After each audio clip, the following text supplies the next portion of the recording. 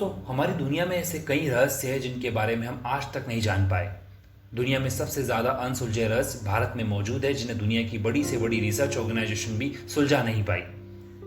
दुनिया का सबसे आधुनिक संस्थान नासा को माना जाता है। इसके बारे में कहा जाता है कि यह किसी भी रहस्य को उजागर करने में तनिक भी देरी नहीं करता और उसके पीछे के छुपे सच को सामने ला देता है। लेकिन भारत में ऐसे कई धार्मिक स्थल है जिनके रहस्य के बारे में नासा तो क्या, दुनिया की कोई भी ऑर्गेनाइजेशन आज तक पता नहीं कर पाई। उसी कड़ी में एक ऐसी अनसुलझी पहेली है कैलाश पर्वत, जिसे भगवान शिव का गृह निवास भी माना जाता है। हिंदू धर्म की मान्यता के मुताबिक भगवान शिव यहाँ अपने परिवार संग निवास करते हैं। कहते हैं ये एक चमत्कारी पर्वत है जो अपने अंदर कई रहस्यों को समेटे हुए हैं। इन बातों में कितनी सच्चाई है उसका पता तो वैज्ञानिक रिसर्च से ही लगाया जा सकता है, लेकिन उसके लिए वैज्ञानिकों को कैलाश पर्वत पर चढ़ना पड़ेगा, जो आज तक संभव नहीं हो पाया है, क्योंकि महादेव की मर्जी के बिना उनके घर में कोई कैसे प्रवेश कर सकता है। अमेरिकी अंतरिक्ष एजेंसी नासा, चाइना या दुनिया की कोई भी अंतरिक्ष एजेंसी आज तक कैलाश पर्वत के इस रहस्य के बारे में नहीं जान सकी। आज के ज़माने के हम आधुनिक इंसान चांद, मंगल तक पहुंच गए, लेकिन हमारी पृथ्वी पर मौजूद कैलाश पर्वत पर क्यों आज तक कोई नहीं जा सका, जबकि इसकी ऊंचाई दुनिया के सबसे ऊंचे हिमालय पर्वत से 2000 मीटर कम है। और हम सब जानते हैं कि हिमालय पर्वत पर अब तक 7000 से ज़्यादा लोग चढ़कर वापस आ चुके हैं। लेकिन ऐसा क्या घटित होता है जब कोई भी इंसान इस अलौकिक पर्वत पर चढ़ाई करने का प्रयास करता है, और क्यों चाइना ने कैलाश पर्वत के ऊपर चढ़ने को लेकर अब बैन लगा दिया है, वहां जाने की अब किसी को भी इजाज़त नहीं है। आज के हमारे वीडियो में हम कैलाश पर्वत से जुड़े उन रहस्यों को जानने की कोशिश करेंगे और ये भी जानेंगे कि क्या कारण है जो आज तक बड़े से बड़े पर्वतारोही भी कैलाश पर्वत पर फतेह हासिल नहीं कर पाए।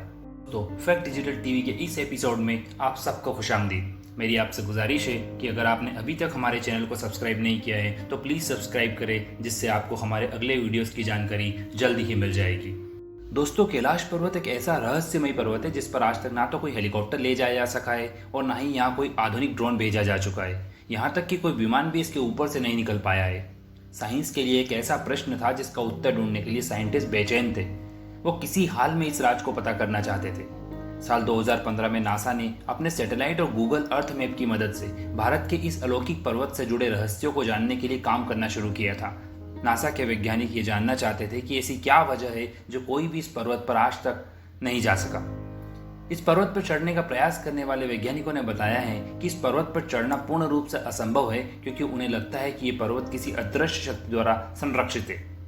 दोस्तों, तिब्बत के धर्म गुरुओं ने रशिया के वैज्ञानिकों को बताया था कि कैलाश पर्वत के चारों ओर अलौकिक शक्तियों का पहरा है, जिसमें तपस्वी लोग आज भी एलिपैथी से अपने आध्यात्मिक गुरुओं से संपर्क करते हैं। हिंदू धर्म की पौराणिक कथाओं के हिसाब से भी कैलाश पर्वत भगवान शिव का गृह निवास है, जहाँ शिव शंभु अपने परिवार संग निवास करते हैं। हिंदू धर्म के सभी वेद और उपनिषद में इस पर्वत की महिमा बताई गई है। साथ ही ये भी बताया गया है कि कैलाश पर्वत पृथ्वी को स्वर्ग से जोड़ने का एक बिंदु है, जहाँ से स्वर्ग का रास्ता तय होता है। इसके मुताबिक कैलाश पर्वत एक एक्सिस मुंडी यानी दुनिया की नाभि यानी पूरी पृथ्वी का केंद्र है।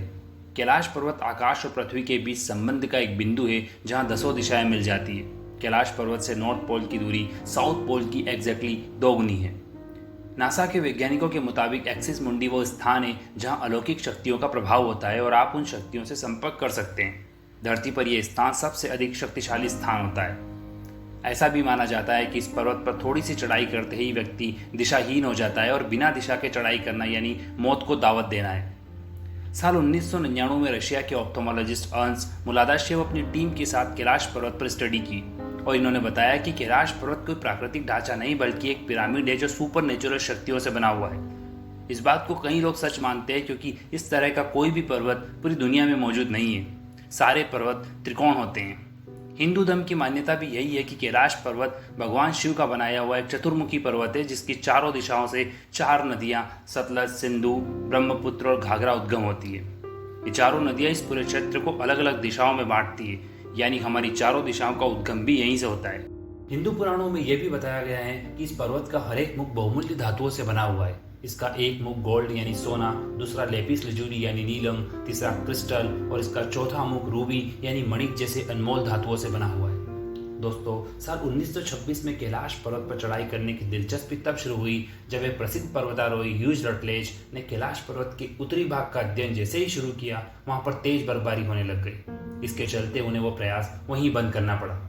इसके अलावा 1926 में ही कर्नल विल्सन ने कैलाश पर्वत के दक्षिणी भाग पर चढ़ने की कोशिश की थी।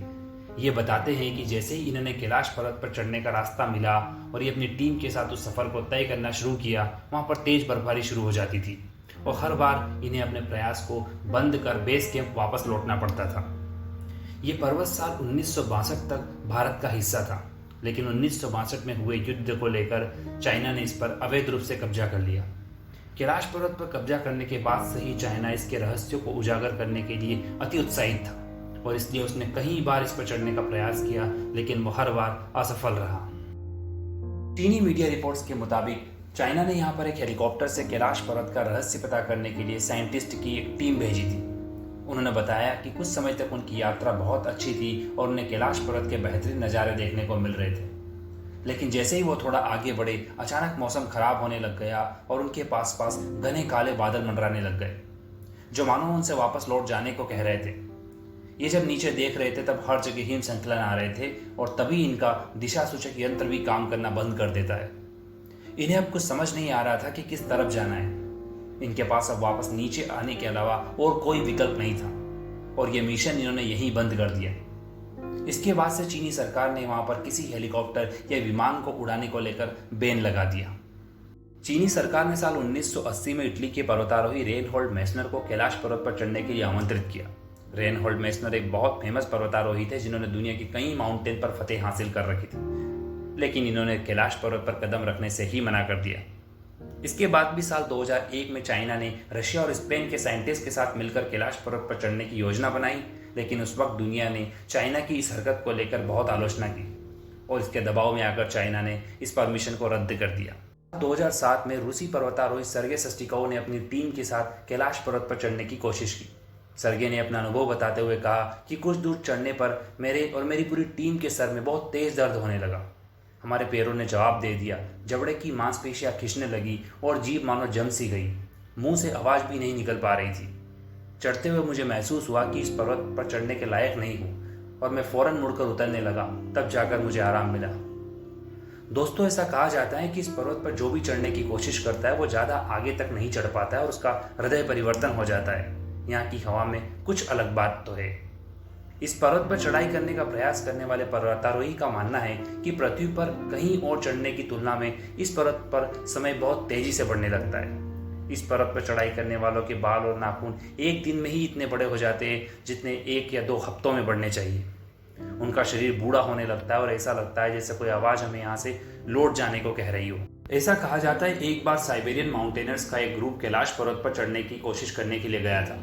वो कुछ दूरी तक चढ़ गए थे, लेकिन इतने दिन में वो लोग कुछ दशक बूढ़े हो गए जिसके कारण उन्हें वापस लौटना पड़ा और कुछ साल के अंदर ही उन सभी पर्वतारोही की बुढ़ापे के कारण मौत हो गई। वैज्ञानिक इसका कारण अभी तक नहीं समझ सके। दोस्तों, कैलाश पर्वत को और रहस्यमय बनाती हैं 2 झीलें जो कि कैलाश पर्वत के पास मौजूद है, मानसरोवर और राक्षसताल झील। इन दोनों झीलों का वर्णन हिंदू पुराणों में भी मौजूद है। हिंदू धर्म के मुताबिक मानसरोवर झील बहुत ही पवित्र झील है जिसका निर्माण स्वयं ब्रह्मा ने किया था। वेद उपनिषद के मुताबिक झील में ब्रह्म मुहूर्त में सभी देवता स्नान करने आते हैं और स्नान के बाद ही वो महादेव के दर्शन करने जाते हैं। आपको ये बात जानकर हैरानी होगी कि झील के पास एक और झील मौजूद है, राक्षसताल झील, जिसका पानी बहुत ही खारा है, जबकि मानसरोवर झील का पानी बहुत ही साफ और निर्मल है और इसे सकारात्मक ऊर्जा का केंद्र भी माना जाता है, जबकि राक्षसताल झील को नकारात्मक ऊर्जा का केंद्र माना जाता है। इसके पास में ही मौजूद मानसरोवर झील का पानी हमेशा शांत रहता है, चाहे कैसा भी मौसम हो। इतनी बड़ी झील के लिए बहुत आश्चर्य की बात है। राक्षसताल झील के पानी में हमेशा ही हलचल रहती है, चाहे मौसम कैसा भी हो। दोस्तों, 2015-16 में अंतरिक्ष एजेंसी नासा ने गूगल अर्थ और सैटेलाइट की मदद से प्राप्त जानकारियों पर रिसर्च प्रारंभ की। नासा के वैज्ञानिकों के मन में अभी भी ये जिज्ञासा थी कि ऐसी कौन सी शक्ति है जिसकी वजह से आज तक कोई कैलाश पर्वत पर नहीं चढ़ पाया। और इसके बाद जो जानकारी नासा ने दुनिया को बताई उसने पूरी दुनिया को हैरान कर दिया। सैटेलाइट द्वारा ली गई तस्वीरों में नासा ने देखा कि कैलाश पर्वत पर ऐसा लगता है जैसे कोई तपस्वी ध्यान मुद्रा में बैठा और वहां पर यह आकृति साफ तौर पर दिखाई दे रही थी। इन तस्वीरों को देखकर ऐसा लग रहा है जैसे साक्षात भगवान शिव की आकृति इसमें मौजूद है और पूरी दुनिया को दर्शन दे रहे हैं। ये सुनने में आपको थोड़ा अजीब लग रहा होगा, लेकिन ये सच है। इन आकृतियों को गूगल और नासा ने भी स्वीकार किया है। ये जानकारी आपको भी आसानी से गूगल पर मिल जाएगी, जहां जाकर आप देख सकते हो। कहते हैं दोस्तों 11वीं सदी में एक तपस्वी मिलारेपा वो पहले और आखिरी शख्स थे जिन्होंने कैलाश पर चढ़ाई की और जिंदा वापस भी आए।